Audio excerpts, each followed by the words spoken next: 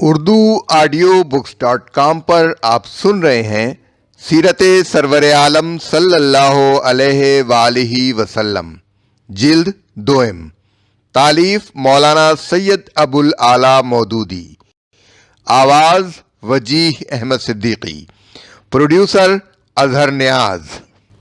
باب ششم، حصہ 9۔ حضور صلی اللہ علیہ وآلہ وسلم کے انسان ہونے پر اعتراض۔ ان کا پہلا اعتراض یہ تھا کہ ہم ایک ایسے شخص کو خدا کا رسول کیسے مان لیں جو ہماری ہی طرح کا ایک انسان ہے، کھاتا ہے، پیتا ہے، بال بچے رکھتا ہے اور دنیا داری کے وہ سب کام کرتا ہے جو دوسرے انسان کرتے ہیں۔ قرآن مجید میں ان کے اس اعتراض کو نقل کر کے مختلف مقامات پر اس کے جوابات دیے گئے ہیں، اور یہ ظالم آپس میں سرگوشیاں کرتے ہیں کہ یہ شخص آخر تم جیسا ایک بشر ہی تو ہے، پھر کیا تم آنکھوں دیکھتے جادو کے پھندے میں پھنس جاؤ گے؟ سورہ انبیاء آیت 3۔ یہ سرگوشیاں کفار مکہ کے وہ بڑے بڑے سردار آپس میں بیٹھ بیٹھ کر کیا کرتے تھے، جن کو نبی صلی اللہ علیہ وآلہ وسلم کی دعوت کا مقابلہ کرنے کی بڑی فکر لاحق تھی۔ وہ کہتے تھے کہ یہ شخص بہرحال نبی تو ہو نہیں سکتا، کیونکہ ہم ہی جیسا انسان ہے، کھاتا ہے، پیتا ہے، بازاروں میں چلتا پھرتا ہے، بیوی بچے رکھتا ہے۔ آخر اس میں وہ نرالی بات کیا ہے جو اس کو ہم سے ممتاز کرتی ہو اور ہماری بنسبت اس کو خدا سے ایک غیر معمولی تعلق کا مستحق بناتی ہو؟ البتہ اس شخص کی باتوں میں اور اس کی شخصیت میں ایک جادو ضرور ہے کہ جو بھی اس کی بات کان لگا کر سنتا ہے اور اس کے قریب جاتا ہے وہ اس کا گرویدہ ہو جاتا ہے۔ اس لیے اگر اپنی خیر چاہتے ہو تو نہ اس کی سنو اور نہ اس سے میل جول رکھو، کیونکہ اس کی باتیں سننا اور اس کے قریب جانا گویا آنکھوں دیکھتے جادو کے پھندے میں پھنسنا ہے۔ اور وہ کہتے ہیں یہ کیسا رسول ہے جو کھانا کھاتا ہے اور بازاروں میں چلتا پھرتا ہے؟ کیوں نہ اس کے پاس کوئی فرشتہ بھیجا گیا جو اس کے ساتھ رہتا اور نہ ماننے والوں کو دھمکاتا، یا اور کچھ نہیں تو اس کے لیے کوئی خزانہ ہی اتار دیا گیا ہوتا، یا اس کے پاس کوئی باغ ہی ہوتا جس سے یہ اطمینان کی روزی حاصل کرتا۔ اور ظالم کہتے ہیں تم لوگ تو ایک سحر زدہ آدمی کے پیچھے لگ گئے ہو۔ سورہ فرقان آیات 7 اور 8۔ ان کا مطلب یہ تھا کہ اول تو انسان کا رسول ہونا ہی عجیب بات ہے۔ خدا کا پیغام لے کر آتا تو کوئی فرشتہ آتا، نہ کہ ایک گوشت پوست کا آدمی جو زندہ رہنے کے لیے غذا کا محتاج ہو۔ تاہم اگر آدمی ہی رسول بنایا گیا تھا تو کم از کم وہ بادشاہوں اور دنیا کے بڑے بڑے لوگوں کی طرح ایک بلند پایا ہستی ہونا چاہیے تھا، جسے دیکھنے کے لیے آنکھیں ترستی اور جس کے حضور باریابی کا شرف بڑی کوششوں سے کسی کو نصیب ہوتا، نہ یہ کہ ایک ایسا عام آدمی خدا وند عالم کا پیغمبر بنا دیا جائے جو بازاروں میں چلتا پھرتا ہو۔ بھلا اس آدمی کو کون خاطر میں لائے گا جسے ہر راہ چلتا روز دیکھتا ہو اور کسی پہلو سے بھی اس کے اندر کوئی غیر معمولی پن نہ پایا جاتا ہو؟ بالفاظ دیگر ان کی رائے میں رسول کی ضرورت اگر تھی تو عوام الناس کو ہدایت دینے کے لیے نہیں، بلکہ عجوبہ دکھانے یا ٹھاٹھ باٹھ سے دھونس جمانے کے لیے تھی۔ پھر وہ کہتے تھے اگر آدمی ہی کو نبی بنایا گیا تھا تو کم از کم ایک فرشتہ تو اس کے ساتھ کر دیا جاتا جو ہر وقت کوڑا ہاتھ میں لیے رہتا اور لوگوں سے کہتا کہ مانو اس کی بات ورنہ ابھی خدا کا عذاب برسا دیتا ہوں۔ یہ تو بڑی عجیب بات ہے کہ کائنات کا مالک ایک شخص کو نبوت کا جلیل القدر منصب عطا کر کے بس یوں ہی اکیلا چھوڑ دے اور وہ لوگوں سے گالیاں اور پتھر کھاتا پھرے۔ بدرجہ آخر ان کا مطالبہ یہ تھا کہ اللہ میاں کم از کم اتنا تو کرتے کہ اپنے رسول کے لیے معاش کا کوئی اچھا انتظام کر دیتے۔ یہ کیا ماجرا ہے کہ خدا کا رسول ہمارے معمولی رئیسوں سے بھی گیا گزرا ہو، نہ خرچ کے لیے مال میسر، نہ پھل کھانے کے لیے کوئی باغ نصیب، اور دعویٰ یہ کہ ہم اللہ رب العالمین کے پیغمبر ہیں۔ یہ باتیں بنا کر آخر کار وہ کہتے تھے کہ یہ شخص سحر زدہ ہے، یعنی کسی نے اس پر جادو کر دیا ہے اور اس کی وجہ سے یہ دیوانہ ہو گیا ہے۔ عجیب بات یہ ہے کہ اوپر ان کا جو قول منقول ہوا ہے اس میں وہ آپ کو ساحر کہتے تھے، اور یہاں وہ آپ کو مسحور قرار دیتے ہیں۔ اس پر ایک اور ردہ شاعر ہونے کی تہمت کا بھی تھا، جس کا ذکر آگے آتا ہے۔ اس اعتراض کا جواب: تم سے پہلے بھی ہم بہت سے رسول بھیج چکے ہیں اور ان کو ہم نے بیوی بچوں والا ہی بنایا تھا۔ سورہ رعد آیت 38۔ یہ اس اعتراض کا جواب ہے جو وہ لوگ نبی صلی اللہ علیہ وآلہ وسلم پر کرتے تھے کہ یہ اچھا نبی ہے جو بیوی بچے رکھتا ہے، بھلا پیغمبروں کو بھی خواہشات نفسانی سے کوئی تعلق ہو سکتا ہے؟ فرمایا گیا پہلے جو رسول بھیجے گئے تھے آخر وہ بھی تو بیوی بچے رکھتے تھے۔ حضرت نوح علیہ السلام کو تم خود پیغمبر مانتے ہو، اگر وہ بال بچوں والے نہ ہوتے تو تم ان کی نسل سے کیسے پیدا ہوتے؟ حضرت ابراہیم علیہ السلام اور حضرت اسماعیل علیہ السلام کا پیغمبر ہونا تو تمہارے نزدیک مسلم ہے، انہی سے تو تم اپنا نسب ملاتے ہو۔ پھر وہ بال بچوں والے نہ ہوتے تو تم کہاں سے بنی اسماعیل بن جاتے؟ اور اے محمد، تم سے پہلے بھی ہم نے انسانوں ہی کو رسول بنا کر بھیجا تھا جن پر ہم وحی کیا کرتے تھے۔ تم لوگ اگر علم نہیں رکھتے تو اہل کتاب سے پوچھ لو، ان رسولوں کو ہم نے کوئی ایسا جسم نہیں دیا تھا کہ وہ کھاتے نہ ہوں اور نہ وہ سدا جینے والے تھے۔ سورہ انبیاء آیات 7 اور 8۔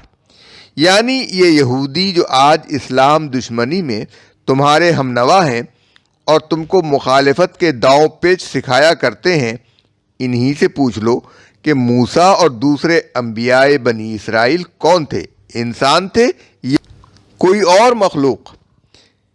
کیا تمہیں ان لوگوں کی خبر نہیں پہنچی جنہوں نے اس سے پہلے کفر کیا اور پھر اپنی شامت اعمال کا مزہ چکھ لیا، اور آگے آخرت میں ان کے لیے ایک دردناک عذاب ہے؟ اس انجام کے مستحق وہ اس لیے ہوئے کہ ان کے پاس ان کے رسول کھلی کھلی دلیلیں اور نشانیاں لے کر آتے رہے، مگر انہوں نے کہا کیا انسان ہمیں ہدایت دیں گے؟ اس طرح انہوں نے ماننے سے انکار کر دیا اور منہ پھیر لیا۔ تب اللہ بھی ان سے بے پرواہ ہو گیا، اور اللہ تو ہے ہی بے نیاز اور اپنی ذات میں آپ محمود۔ سورہ تغابن آیات 5 اور 6۔ یعنی انبیاء ایسی صریح علامات اور نشانیاں لے کر آئے تھے جو ان کے مامور من اللہ ہونے کی کھلی کھلی شہادت دیتی تھیں۔ وہ جو بات بھی پیش کرتے تھے نہایت معقول اور روشن دلیلوں کے ساتھ پیش کرتے تھے۔ ان کی تعلیم میں کوئی ابہام نہ تھا، بلکہ وہ صاف صاف بتاتے تھے کہ حق کیا ہے اور باطل کیا ہے، جائز کیا اور ناجائز کیا، کس راہ پر انسان کو چلنا چاہیے اور کس راہ پر نہ چلنا چاہیے۔ لیکن لوگوں نے یہ کہہ کر ان کی بات ماننے سے انکار کر دیا کہ کیا اب انسان ہمیں ہدایت دیں گے، اور یہی چیز ان کی تباہی کا موجب ہوئی، کیونکہ نوع انسانی کو دنیا میں صحیح راہ عمل اس کے بغیر معلوم نہیں ہو سکتی تھی کہ اس کا خالق اسے صحیح علم دے، اور خالق کی طرف سے علم دیے جانے کی عملی صورت اس کے سوا کچھ نہ ہو سکتی تھی کہ وہ انسانوں ہی میں سے بعض افراد کو علم عطا کر کے دوسروں تک اسے پہنچانے کی خدمت سپرد کر دے۔ اس غرض کے لیے اس نے انبیاء کو بینات کے ساتھ بھیجا، تاکہ لوگوں کے لیے ان کے برحق ہونے میں شک کرنے کی کوئی معقول وجہ نہ رہے، مگر انہوں نے سرے سے یہی بات ماننے سے انکار کر دیا کہ بشر خدا کا رسول ہو سکتا ہے۔ اس کے بعد ان کے لیے ہدایت پانے کی کوئی صورت باقی نہ رہی۔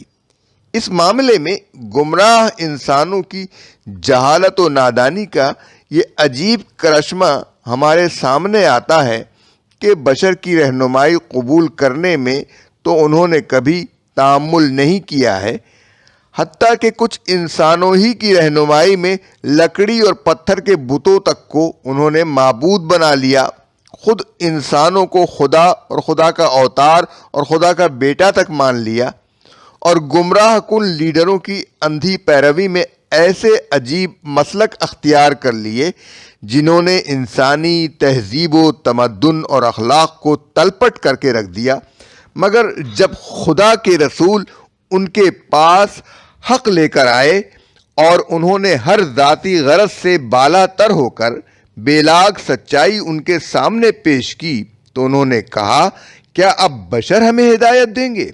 اس کے معنی یہ تھے کہ بشر اگر گمراہ کرے تو سر آنکھوں پر، لیکن اگر وہ راہ راست دکھاتا ہے تو اس کی رہنمائی قابل قبول نہیں ہے۔ پس جب انہوں نے اللہ کی بھیجی ہوئی ہدایت سے استغنا برتا تو پھر اللہ کو بھی اس کی کچھ پرواہ نہ رہی کہ وہ کس گڑھے میں جا کر گرتے ہیں۔ اللہ کی کوئی غرض تو ان سے اٹکی ہوئی نہ تھی کہ وہ اسے خدا مانیں گے تو وہ خدا رہے گا، ورنہ خدائی کا تخت اس سے چھن جائے گا۔ وہ نہ ان کی عبادت کا محتاج تھا نہ ان کی حمد و ثنا کا، وہ تو ان کی اپنی بھلائی کے لیے انہیں راہ راست دکھانا چاہتا تھا، مگر جب وہ اس سے منہ پھیر گئے تو اللہ بھی ان سے بے پرواہ ہو گیا۔ پھر نہ اس نے ان کو ہدایت دی، نہ ان کی حفاظت اپنے ذمے لی، نہ ان کو مہالک میں پڑنے سے بچایا، اور نہ انہیں اپنے اوپر تباہی لانے سے روکا، کیونکہ وہ خود اس کی ہدایت اور ولایت کے طالب نہ تھے۔ لوگوں کے سامنے جب کبھی ہدایت آئی تو اس پر ایمان لانے سے ان کو کسی چیز نے نہیں روکا، مگر ان کے اسی قول نے کہ کیا اللہ نے بشر کو پیغمبر بنا کر بھیج دیا؟ ان سے کہو اگر زمین میں فرشتے آرام سے چل پھر رہے ہوتے تو ہم ضرور آسمان سے کسی فرشتے ہی کو ان کے لیے پیغمبر بنا کر بھیجتے۔ سورہ بنی اسرائیل آیات 54 اور 55۔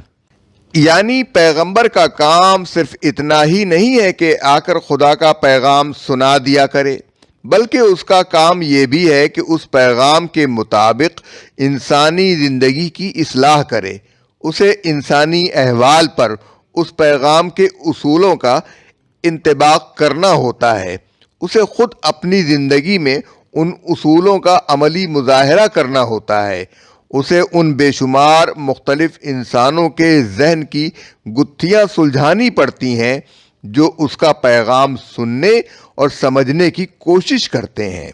اسے ماننے والوں کی تنظیم اور تربیت کرنی ہوتی ہے تاکہ اس پیغام کی تعلیمات کے مطابق ایک معاشرہ وجود میں آئے۔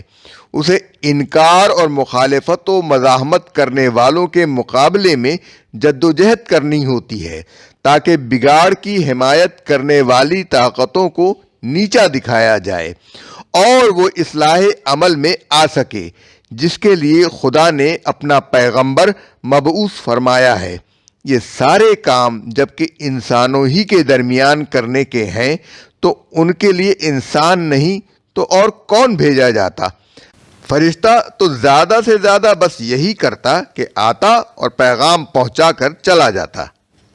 انسانوں میں انسان کی طرح رہ کر انسان کے سے کام کرنا اور پھر انسانی زندگی میں منشائے الہی کے مطابق اصلاح کر کے دکھا دینا کسی فرشتے کے بس کا کام نہ تھا، اس کے لیے تو ایک انسان ہی موزوں ہو سکتا تھا۔ اے محمد، تم سے پہلے ہم نے جو پیغمبر بھیجے تھے وہ سب انہی بستیوں کے رہنے والے انسان تھے جن کی طرف ہم وہی بھیجتے تھے۔ سورہ یوسف آیت 109۔ یہاں ایک بہت بڑے مضمون کو ایک ہی جملے میں سمیٹ دیا گیا ہے۔ اس کو اگر کسی تفصیلی عبارت میں بیان کیا جائے تو یوں کہا جا سکتا ہے، اے نبی، یہ لوگ تمہاری بات کی طرف اس لیے توجہ نہیں کرتے کہ جو شخص کل ان کے شہر میں پیدا ہوا اور انہی کے درمیان بچے سے جوان اور جوان سے بوڑھا ہوا، اس کے متعلق ہم یہ کیسے مان لیں کہ یکا یک ایک روز خدا نے اسے اپنا سفیر مقرر کر دیا۔ لیکن یہ کوئی انوکھی بات نہیں ہے جس سے آج دنیا میں پہلی مرتبہ انہی کو سابقہ پیش آیا ہو۔ اس سے پہلے بھی خدا اپنے نبی بھیج چکا ہے اور وہ بھی سب انسان ہی تھے۔ پھر یہ بھی کبھی نہیں ہوا کہ اچانک ایک اجنبی شخص کسی شہر میں نمودار ہو گیا ہو اور اس نے کہا ہو کہ میں پیغمبر بنا کر بھیجا گیا ہوں، بلکہ جو لوگ بھی انسانوں کی اصلاح کے لیے اٹھائے گئے وہ سب اپنی اپنی بستیوں ہی کے رہنے والوں میں سے تھے۔ مسیح، موسیٰ، ابراہیم، نوح علیہ السلام آخر کون تھے؟ انہی شہروں میں سے اٹھے تھے جہاں وہ پیدا ہوئے تھے، یا کہیں اور سے آ گئے تھے؟ کیا لوگوں کے لیے یہ بات بڑی عجیب ہو گئی ہے کہ ہم نے خود انہی میں سے ایک آدمی کی طرف وحی بھیجی کہ لوگوں کو خبردار کرے اور ایمان لانے والوں کو بشارت دے دے کہ ان کے لیے ان کے رب کے ہاں سچی عزت و سرفرازی ہے؟ کیا یہی وہ بات ہے جس پر منکرین نے کہا کہ یہ شخص تو کھلا جادوگر ہے؟ سورہ یونس آیت 2۔ یعنی آخر اس میں تعجب کی بات کیا ہے؟ انسانوں کو ہوشیار کرنے کے لیے انسان مقرر نہ کیا جاتا تو کیا فرشتہ یا جن یا حیوان مقرر کیا جاتا؟ اور اگر انسان حقیقت سے غافل ہو کر غلط طریقے سے زندگی بسر کر رہے ہوں تو تعجب کے قابل بات یہ ہے کہ ان کا خالق و پروردگار انہیں ان کے حال پر چھوڑ دے، یا یہ کہ وہ ان کی ہدایت و رہنمائی کا کوئی انتظام کرے، اور خدا کی طرف سے عزت و سرفرازی ان کے لیے ہونی چاہیے جو اسے مان لیں، یا ان کے لیے ہو جو اسے رد کر دیں۔ پس تعجب کرنے والوں کو سوچنا چاہیے کہ آخر وہ بات کیا ہے جس پر وہ تعجب کر رہے ہیں۔ رہا ان کا اس خبردار کرنے والے کو ساحر قرار دینا، تو انہیں سوچنا چاہیے کہ یہ تہمت اس پر چسپاں بھی ہوتی ہے یا نہیں۔ صرف یہ بات کہ کوئی شخص اعلیٰ درجے کی خطابت سے کام لے کر دلوں اور دماغوں کو مسخر کر رہا ہے، اس پر یہ الزام عائد کر دینے کے لیے یہ تو کافی نہیں ہو سکتی کہ وہ جادوگری کر رہا ہے۔ دیکھنا یہ چاہیے کہ اس خطابت میں وہ بات کیا کہتا ہے، کس غرض کے لیے قوت تقریر استعمال کر رہا ہے، اور جو اثرات اس کی تقریر سے ایمان لانے والوں کی زندگی پر مترتب ہو رہے ہیں وہ کس نوعیت کے ہیں۔ جو خطیب کسی ناجائز غرض سے جادو بیانی کی طاقت استعمال کرتا ہے وہ تو ایک منہ پھٹ، بے لگام، غیر ذمہ دار مقرر ہوتا ہے۔ حق اور صداقت سے بے نیاز ہو کر ہر وہ بات کہہ ڈالتا ہے جو بس سننے والوں کو متاثر کر دے، خواہ بجائے خود وہ کتنی ہی جھوٹی، مبالغہ آمیز اور غیر منصفانہ ہو۔